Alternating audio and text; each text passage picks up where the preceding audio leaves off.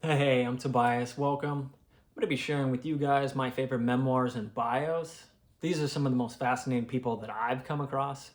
All right, here we go. First one is an autobiography of a spiritually incorrect mystic, Osho, also known as Bhagwan Rajneesh. He explores his childhood, him becoming a professor, and getting into spirituality and world religions. He was a super intelligent guy. And this one really explores how he became the mystic Osho. As you could see, he was a very unique character who lived a lavish lifestyle. He made a lot of money, had a whole bunch of expensive cars. His teachings were really about meditation and freedom and living on your own terms. But he had a lot of followers and a lot of haters. And he ended up becoming so controversial that he got kicked out of a whole bunch of countries. Oh, man. Yeah, the stuff that he went through and his teachings and everything, it's just so interesting. I really highly recommend this one. Check out Osho. He's a fascinating person. Next one, we have The Truth by Neil Strauss. Whole book about relationships and exploring your desires and finding out what real love is. In this one, Neil has to end a committed relationship and he explores polyamory, multiple relationships. Oh, he has some wild stories in here that are very entertaining. And as you could tell by the title, very uncomfortable. He ends up having to face his childhood traumas and go through a lot of learning lessons while exploring what love is for him. Yeah, the truth is just, this is such a great, fun, but also life learning book. Yeah, the truth. All right, the next one we got Pilgrim at Tinker Creek by Annie Dillard. Oh man, this is Annie spending a year in her life at Tinker Creek, Virginia, and it's simple and profound. All she does is she goes out to the creek and explores nature and all the animals. And oh man, her curiosity and giddiness and inspiration for all the living organisms. Just it makes you just look at everything from a different perspective. And she has some thought-provoking questions in here. There's some just great writing, great prose. Yeah, it's everything that I wanted out of like a book of solitude and connecting with nature. That I feel like I didn't quite get from Walden. A lot of people are really familiar with Henry Thoreau's famous Walden. I like this one on solitude, but it was just far more relatable. Annie Dillard's book. This is the one that I think you should check out.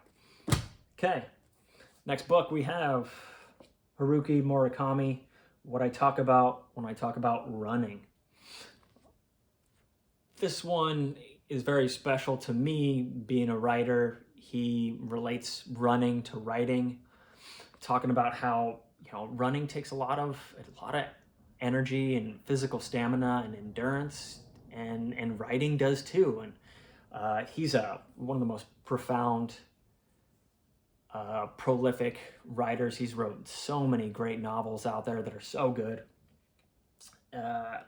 His comparison of running and his stories of him running, just kind of going through the hardships, but getting in the rhythm and flow and eventually almost getting into like an altered state with running and writing. It's it's just such a great analogy and such a great way to look at it. And also he talks about his life and his practice and his process. And if you're a writer, this one, or just into running, I mean, Haruki Murakami's book is awesome. Next book we have, A Million Little Pieces. My favorite author, James Frey, or one of them, he talks about, this one's about addiction. It's about alcoholism and crack addiction. Oh, it's a intense story that has, it's just really about struggling with your inner demons and all the challenges and how much it takes to become sober and what that means and how much freedom he eventually finds through that. I'm not going to talk about the controversy around this book because I just thought it was a great book and I think you should read it.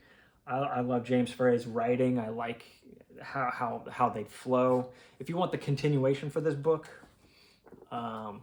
we have My Friend Leonard is the continuation. So check out both of these ones. Yeah. Okay, next one. Moving on. Tattoos on the Heart by Father Gregory Boyle. Greg Boyle is the founder of Homeboy Industries, a gang prevention program. Oh man, has some heartfelt, touching stories with some gang members and families.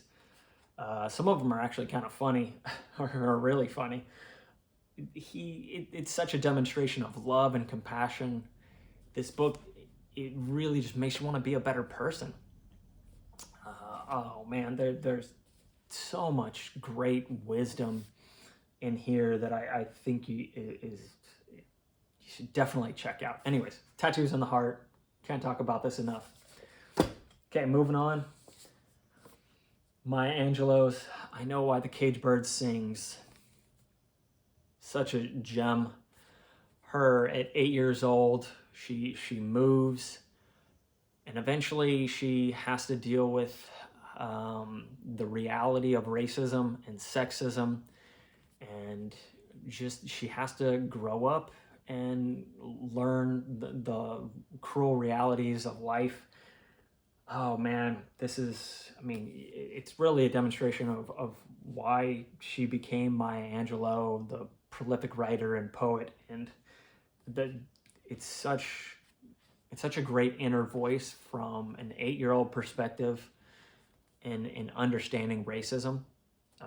This one I think is, I would recommend this at all the school's curriculums and stuff. I think this is one of the best. Okay, moving on. In Order to Live by Yamini Park. By far the craziest story I've ever read. She's a North Korean woman who has to escape to find freedom. She's 13 years old when she eventually has to escape to China and go on this insane journey that she goes through. At the time, North Korea is dealing with a famine and propaganda and just such a dire situation that she has to leave. It deals with her family and them escaping. Anyways, I don't want to spoil the book because it's so good, but she goes through the hardest, most grueling journey. And check out Yamini Park. She tells her story on several podcasts that I think are awesome. This is well worth the read. If you want a book that'll just almost make you think that it's not even believable. Check out In Order to Live. Okay, moving on to another amazing woman. We have Joy Harjo, the North American Poet Laureate, Crazy Brave. This one, she talks about her childhood, her such an interesting perspective. She deals with a abusive father and a lot of challenges and overcoming them, and really finding a creative outlet to eventually to find poetry and writing.